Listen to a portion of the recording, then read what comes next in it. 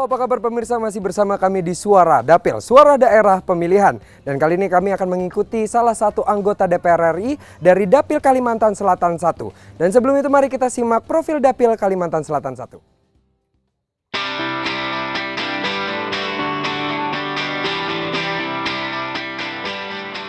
Dapil Kalimantan Selatan 1 merupakan daerah yang berada di sisi selatan Pulau Kalimantan dan di tengah wilayah negara Indonesia. Terkenal dengan pasar terapung, intan cempaka, dan batu baranya yang melimpah. Daerah pemilihan Kalimantan Selatan 1 meliputi 8 kabupaten yang terdiri dari Kabupaten Barito Kuala, di mana terdapat 17 kecamatan dan 201 kelurahan atau desa. Jumlah TPS yang tersebar ada 623 TPS dengan jumlah pemilih tetap sebanyak 213.951 pemilih. Kabupaten Banjar, di mana terdapat 19 kecamatan dan 290 kelurahan atau desa. Jumlah TPS yang tersebar ada 1.320 TPS dengan jumlah pemilih tetap sebanyak 388.041 pemilih. Kabupaten Tapin, di mana terdapat 12 kecamatan dan 135 kelurahan atau desa. Jumlah TPS yang tersebar ada 472 TPS dengan jumlah pemilih tetap sebanyak 130.300 pemilih. Kabupaten Hulu Sungai Selatan, di mana terdapat 11 kecamatan dan 148 kelurahan atau desa. Jumlah TPS yang tersebar ada 550 TPS dengan jumlah pemilih tetap sebanyak 165.042 pemilih. Kabupaten Hulu Sungai Tengah, di mana terdapat 11 kecamatan dan 169 kelurahan atau desa. Jumlah TPS yang tersebar ada 638 TPS dengan jumlah pemilih tetap sebanyak 184.525 pemilih. Kabupaten Hulu Sungai Utara, di mana terdapat 10 kecamatan dan 219 kelurahan atau desa. Jumlah TPS yang tersebar ada 697 TPS dengan jumlah pemilih tetap sebanyak 159.268 pemilih. Kabupaten Balangan, di mana terdapat 8 kecamatan dan 157 kelurahan atau desa. Jumlah TPS yang tersebar ada 325 TPS dengan jumlah pemilih tetap sebanyak 89.507 pemilih.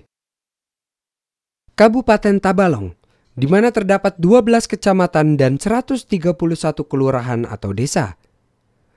Jumlah TPS yang tersebar ada 604 TPS dengan jumlah pemilih tetap sebanyak 166.427 pemilih.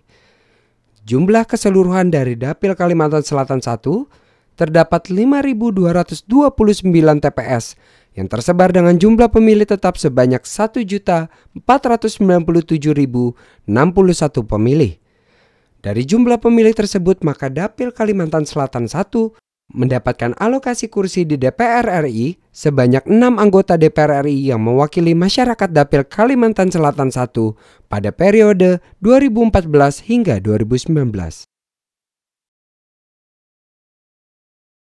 6 anggota DPR RI yang terpilih adalah dari fraksi Partai Golongan Karya Ahmadi Nur Supit dan Bambang Heri Purnama, dari fraksi Partai Gerakan Indonesia Raya Saiful Rashid, dari fraksi Partai Keadilan Sejahtera Habib Abu Bakar Al-Habsyi, dari fraksi Partai Persatuan Pembangunan Saifullah Tamliha, dari fraksi Partai Kebangkitan Bangsa Zainul Arifin Nur.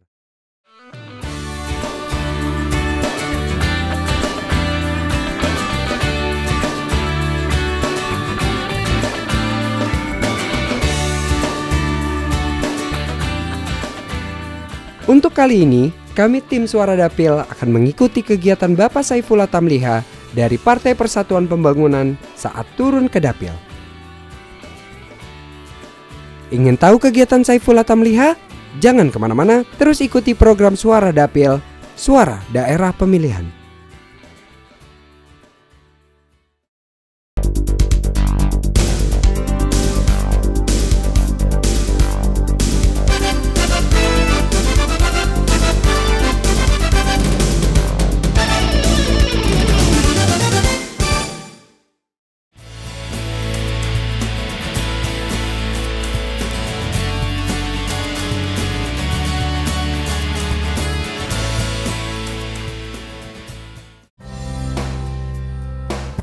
Nah, pemirsa Suara Dapil, saat ini tim Suara Dapil akan mengikuti kegiatan Saifullah Tamliha ke Gedung Pergerakan Mahasiswa Islam Indonesia atau PMII di Jalan Ahmad Yani, Kecamatan Martapura.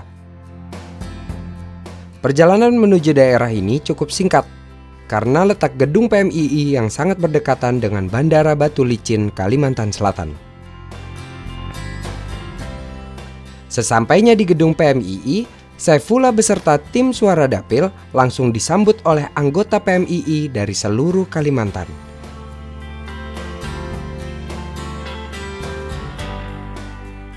Acara dimulai dengan menyanyikan lagu Indonesia Raya serta menyanyikan Mars PMII.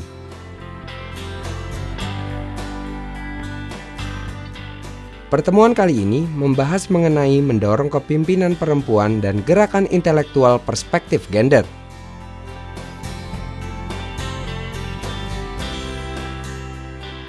Saifullah yang sempat menjadi pengurus besar PMII pada tahun 1994 hingga 1997 dan yang saat ini menjabat sebagai pembina PMII pun menyempatkan diri untuk memberikan pidato mengenai pentingnya pembelajaran komunikasi politik bagi generasi muda, serta pentingnya perlindungan perempuan dan pemberdayaan anak.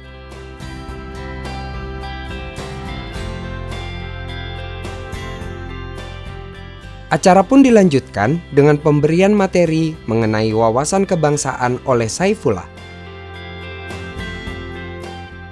Dalam pembahasan ini, dirinya menjelaskan kepada peserta PMII dengan menceritakan sejarah-sejarah bangsa dimulai dari Orde Lama hingga Reformasi.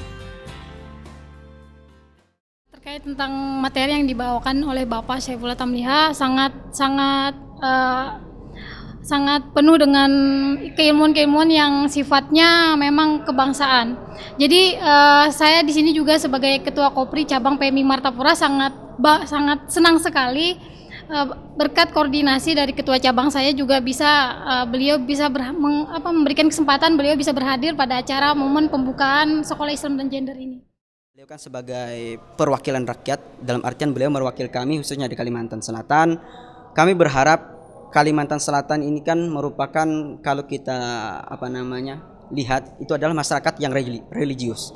Nah, dalam artian religius seperti ini, bahwa di sini memang secara ajaran-ajaran yang sifatnya condong kiri atau condong kanan itu memang tidak ada secara istilahnya besar-besaran. Namun ada mungkin sedikit-sedikit. Namun ini kami berharap Bapak Saifullah Tamliha agar bisa menyampaikan aspirasi kami di Kalimantan Selatan agar bisa menghilangkan istilahnya entah itu dari segi pemikiran ataupun pengkaderan itu agar tidak ada lagi terjadi di Kalimantan.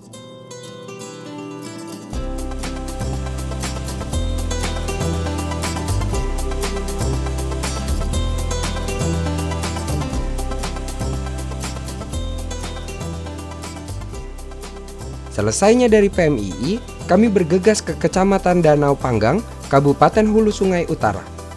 Untuk mencapai ke tempat acara berikutnya, kami menempuh perjalanan yang cukup panjang, yang memakan waktu kurang lebih selama 5 jam.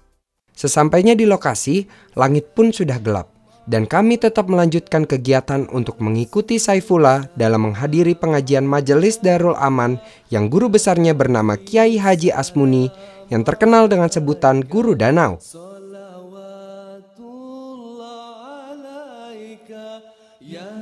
Kegiatan pengajian ini rutin dilaksanakan setiap minggunya dan diikuti kurang lebih puluhan ribu orang dari seluruh daerah di Kalimantan.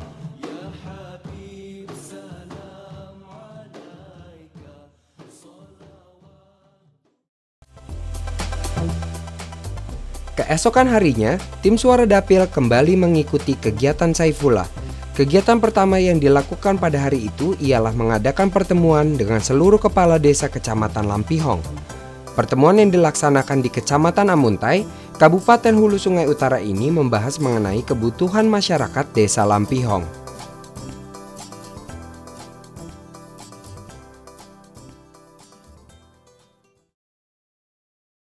Untuk sementara alhamdulillah beliau itu cukup apresiasi ke kecamatan, kabupaten dan sebagainya, termasuk Lampihong, khususnya Lampihong Kiri.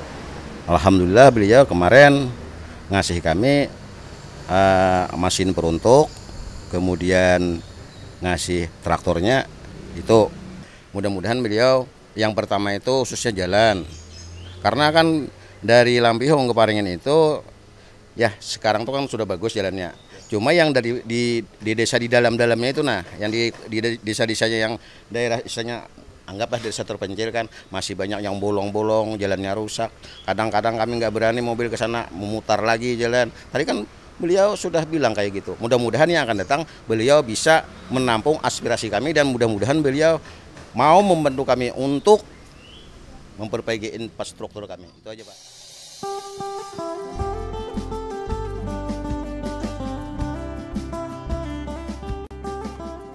Setelah itu, tim Suara Dapil kembali mengikuti Saifullah yang akan mengadakan pertemuan di Taman Pendidikan Al-Quran dan Majelis Taklim Al-Ghazali Desa Panyaungan, Amuntai Utara, Kabupaten Hulu Sungai Utara.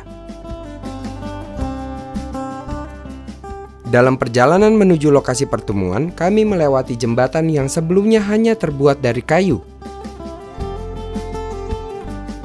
Namun kini menjadi jembatan beton yang layak dilewati kendaraan roda 4 dengan adanya bantuan dari Saifullah.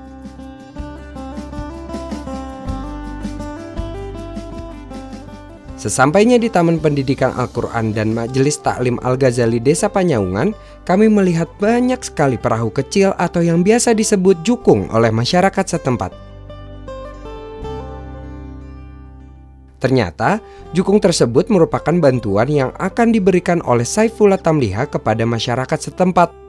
Sebelumnya sudah banyak sekali bantuan yang diberikan oleh Saifullah Tamliha seperti speedboat, mesin traktor, dan berbagai kebutuhan yang diperlukan oleh masyarakat di dapilnya tersebut. Dalam pertemuan ini, Saifullah memberikan pendidikan politik agar kedepannya masyarakat sekitar dapat memilih pemimpin yang amanah dan berintegritas.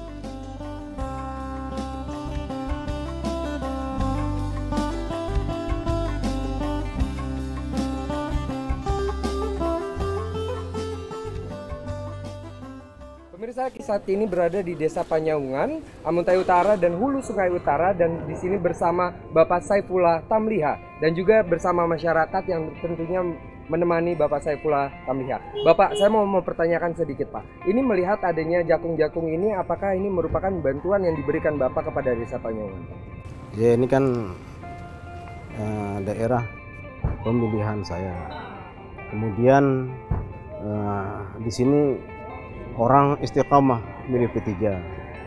Jadi bantuan jukung ini cocok untuk Desa Panyaungan ini, karena di sini salah satu dari pekerjaan pokok mereka adalah mengunjur atau memancing bahasa Indonesianya. Jadi saya yakin bahwa ini bermanfaat dan inilah yang mereka minta.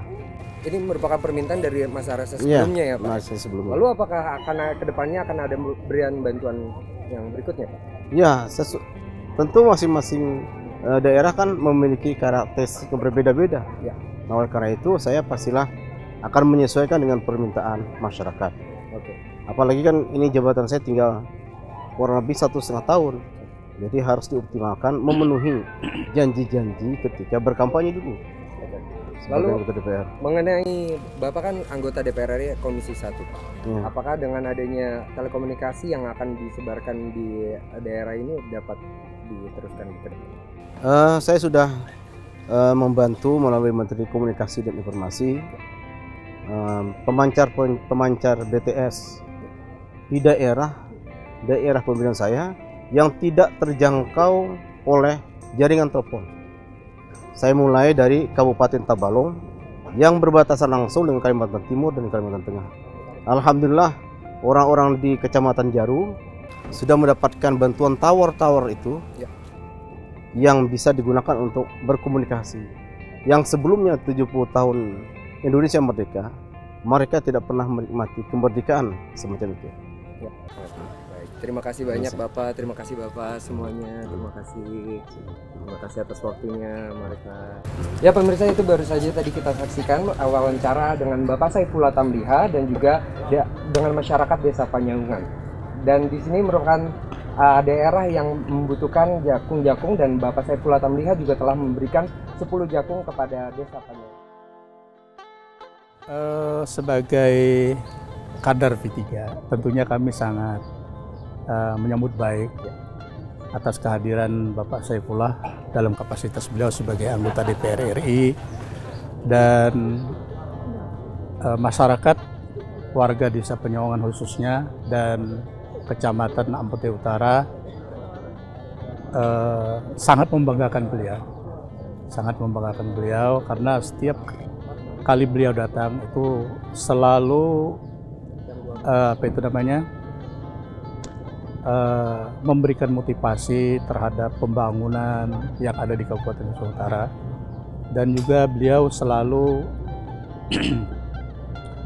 memberikan arahan, masukan, bukan hanya untuk Partai Persatuan Pembangunan, tetapi juga untuk masyarakat Hulu Sungai Utara, dan khususnya warga Desa Penyawangan, Kecamatan Ampete Utara. Banyak hal yang beliau sampaikan berkenaan dengan masalah pembangunan infrastruktur, masalah ekonomi. Kami berharap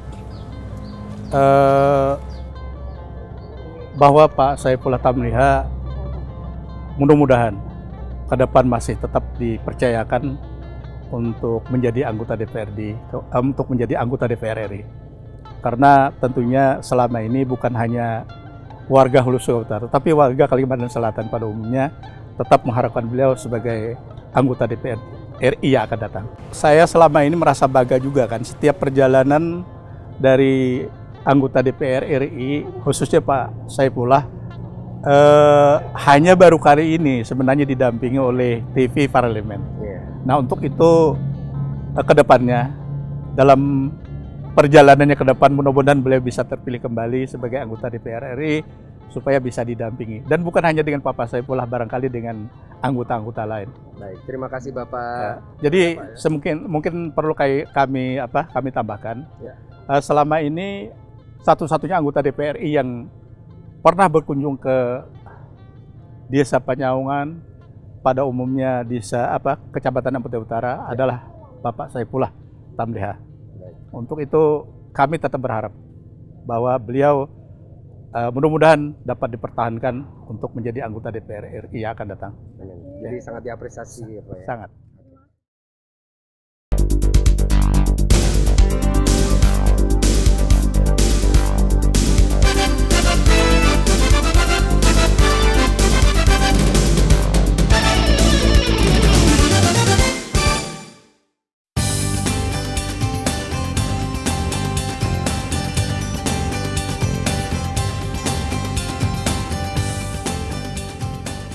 Kegiatan Saifullah di dapilnya pun dilanjutkan kembali dengan mengunjungi Taman Konservasi Tahura Sultan Adam di kawasan Riam Kanan, Kabupaten Banjar.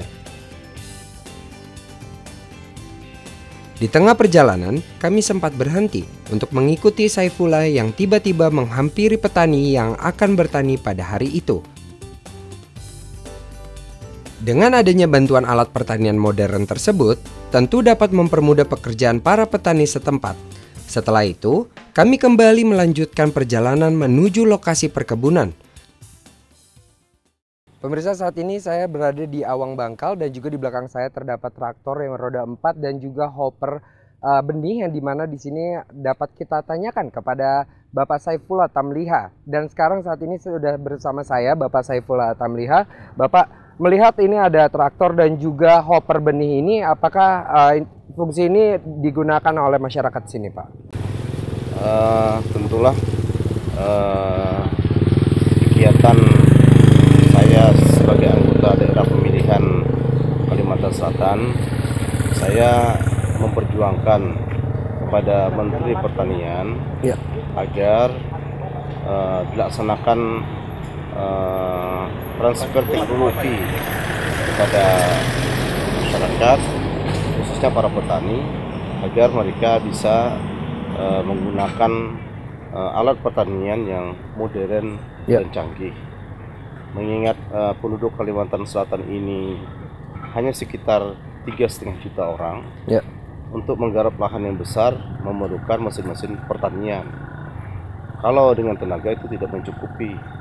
Oleh karena itu, di Kalimantan Selatan ini baru satu-satunya Kalimantan Selatan diberikan bantuan 3 buah traktor beserta hopper benihnya, sehingga petani tidak perlu lagi dia habis di traktor menanam sendiri, itu otomatis saja melalui hopper benih itu. Kemudian untuk membuat sekatan-sekatan masing-masing peta juga diberi bantuan berupa ekskavator Caterpillar 2 biji. Diharapkan ini bisa dipergunakan oleh masyarakat dalam rangka menunjang ketahanan pangan nasional. Jadi selain daerah ini, selain di Kalimantan Selatan yang lain Pak, ini baru pertama nih Pak alat petani seperti ini Pak? Ya, baru pertama. Ini kan langsung dikirim dari Dirjen Prasarana dan Sarana Pertanian. Kemudian bibitnya nanti dari Dirjen Tanaman Pangan. Lalu apakah Bapak menemukan kealotan Pak dalam berkoordinasi dengan Menteri Pertanian Pak? Enggak, saya kan sudah lama jadi anggota DPR. Ya. Para menteri itu kan teman-teman kita semua. Para dirjen juga begitu. Sehingga tidak mau menyulitkan bagi saya, tidak terlalu sulit untuk meminta bantuan kepada Menteri Pertanian. Dan untuk meyakinkan Menteri Pertanian, beliau mengirim Dirjen Tanaman Pangan ke daerah sini dan langsung potensi lahan untuk bisa digarap sebagai lahan perkebunan dan pertanian, sehingga diperlukan alat-alat pengolah tanah seperti traktor dan pembuat jalur-jalur dan jalan-jalan berupa ekskavator. Lalu kalau respon dari masyarakat itu seperti apa Pak setelah menerima alat-alat ini Pak? Responnya tinggi, dan karena ini canggih, tentu kelompok taninya kan harus diajarin dulu cara mengoperasionalkan traktor dan hand traktor ini. Jadi ekskavator juga begitu, tanpa pelatihan cara menggunakan traktor dan hopper benih dan ekskavator itu memerlukan seorang instruktur. Nanti kita akan lihat bahwa masyarakat di sini yang muda-muda dilatih untuk ini. Sehingga dia bisa, kalau suatu pekerjaan sudah selesai di daerah sini, dia bisa lagi mengerjakan di daerah yang lain. Dan tentu dengan sistem sewa bagi mereka yang membutuhkan yang seperti ini. Tadi juga saya sempat mempertanyakan kepada masyarakat Pak mengenai jalan ini Pak. Sebelumnya jalan ini juga belum dibangun seperti ini dan masih berbatuan seperti itu Pak? Iya, dulu kan cuma sempit, paling 1 buah mobil doang. Dan di samping-sampingnya itu kan banyak rumput-rumputan yang bisa merusak bodinya mobil saya itu. Oleh karena itu saya berjuang agar ada rekayasa yang lebih bermanfaat berupa jalan yang lebar, sehingga masyarakat di Kalimantan Selatan yang ada di dalam hutan itu bisa menikmati kemerdekaan yang sudah kita peroleh selama lebih daripada 70 tahun. Oke. Lalu mengenai traktor roda 4 ini Pak, ini fungsinya itu seperti apa Pak? Ini nanti mesin traktor ini, ini fungsinya untuk mengolah lahan, seperti bajak gitu loh. Nanti tapi sekaligus nanti dipasang ini, jadi di bawah itu mengeruk tanah, mengolah tanah, kemudian langsung dia melakukan penanaman benih melalui alat yang disebut hopper benih itu. Ya pemirsa, baru saja saya mau wawancara kepada Bapak Saifullah Tamliha, dan juga kita melihat bahwa kegunaan-kegunaan pada alat-alat yang diberikan oleh Kementerian Pertanian dan juga yang diperjuangkan oleh Bapak Saifullah Tamliha ini sangatlah membantu masyarakat sekitar di sini.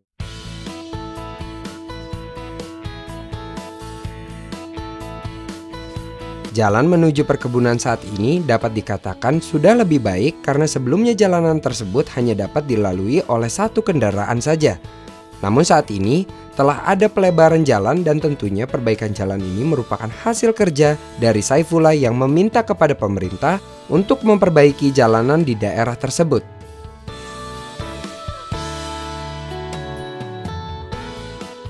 Sesampainya di perkebunan, Saifullah langsung berkeliling dan berbincang-bincang dengan masyarakat dan aparat di perkebunan tersebut.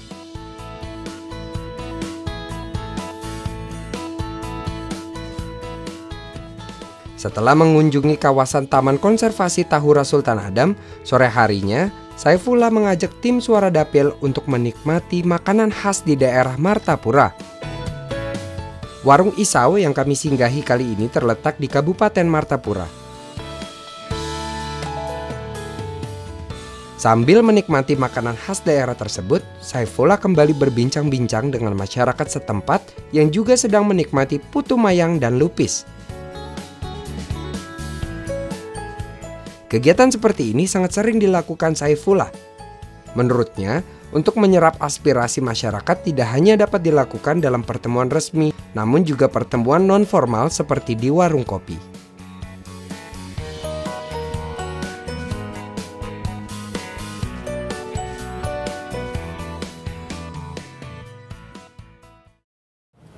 Bapak Saiful, Bapak apakah sering Pak makan di tempat warung, khususnya di warung Isau ini Pak? Ya, warung Isau ini kan menyajikan makanan khas Banjar ya.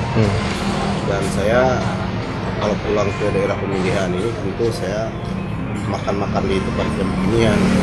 So, produksinya kan cuma di tempat seperti ini. Ya.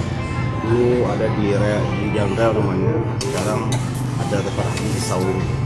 Dan makanannya kan dessert-dessert, ya, manis-manis, alamiah, sehingga bisa dinikmati sambil ngobrol-ngobrol sama orang. Makan sini saya tanya dari mana, kalau mereka minum dari mana saya udah tahu perkara apa di kampung dia. Sebagai anggota DPR kan saya mesti mengetahui nasib masyarakat di sini. Kalau saya mengetahui nasib masyarakat di sini, sehingga saya memperjuangkan aspirasi itu selalu berdasarkan atas aspirasi yang saya dengar di warung-warung ini. Dan bisa kita hanya mendapatkan informasi itu hanya oleh para pejabat daerah atau kepala desa, tapi juga masyarakat secara langsung. Jadi dengan berkomunikasi secara langsung di warung ini lebih dapat mendapatkan secara langsung aspirasi-aspirasi itu Pak? Karena di sini kan orang ngobrol kan lepas. Ya. Jadi apa yang ada dalam hati mereka ungkap di sini. Kalau di tempat yang lain kan belum tentu mereka berani menyampaikannya. Dan jarang pula rakyat itu mau diundang-undang ke tempat isinya kata bupati, dialog. Ya, pokoknya semacam inilah yang layak bisa dipercaya. Bapak melakukan hal ini apakah selalu setiap saat Bapak balik ke Kalimantan Selatan atau setiap masa reses saja Pak? Pas saya pulang ke Kalimantan pasti saya selalu. Biasa aja anggota DPR RI yang milih rakyat sini juga. Jadi saya enjoy aja di sini. Termasuk kalau sama bupati, saya ngobrolnya hampir satu Jumat di masjid. Di ruangan panitia masjid ngobrol 1 jam atau 2 jam. Sehingga suasana itu suasana kekeluargaan.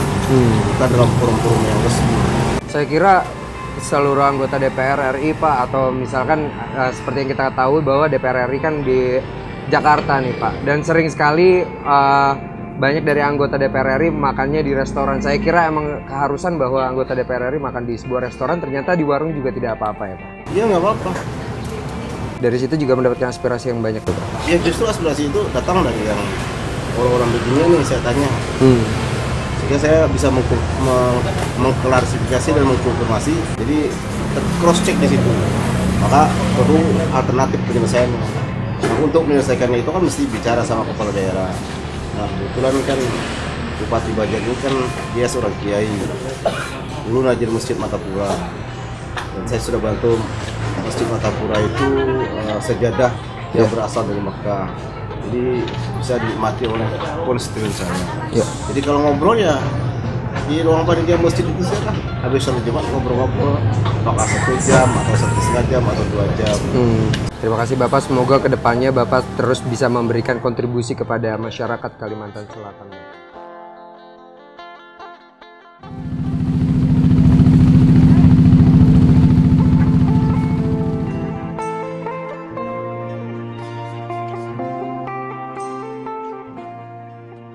Baru saja kita mengikuti kegiatan Bapak Saifullah Tamliha selaku anggota Komisi 1 DPR RI dan juga dari fraksi Partai Persatuan Pembangunan dari Dapil Kalimantan Selatan 1, dari pemberian wawasan kebangsaan kepada peserta PMII di Jalan Ahmad Yani, Kecamatan Martapura, hingga memberikan 10 jukung kepada Desa Panyuhungan dan juga beberapa kegiatan lainnya. Dan berakhirlah sudah episode Suara Dapil, Suara Daerah Pemilihan. Saya Rizky Hawadi beserta tim Suara Dapil mohon undur diri dan jangan lupa untuk terus saksikan Suara Dapil di daerah lainnya. Terima kasih dan wassalam.